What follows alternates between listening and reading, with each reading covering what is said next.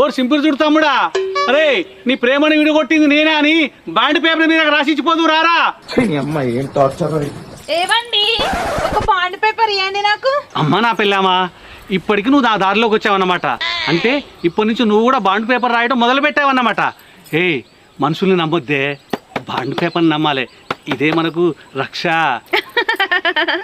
అవునా అండి, ఈ కాంచి మిమ్మల్ని కూడా నమ్మ, బాండ్ పేపర్నే నమ్ముతా, సరేనా? ఏ అదేందే అట్లా అంటున్నావు? మీరే అన్నారు కదండి మనుషులు కాకుండా బాండ్ని బాండ్ పేపర్లను అక్షరాలను నమ్మమన్నారు, అందుకే. అరతి నువ్వు అప్పుడప్పుడు ఏం మాట్లాడుతావు నాకు అర్థమే కాదేమే.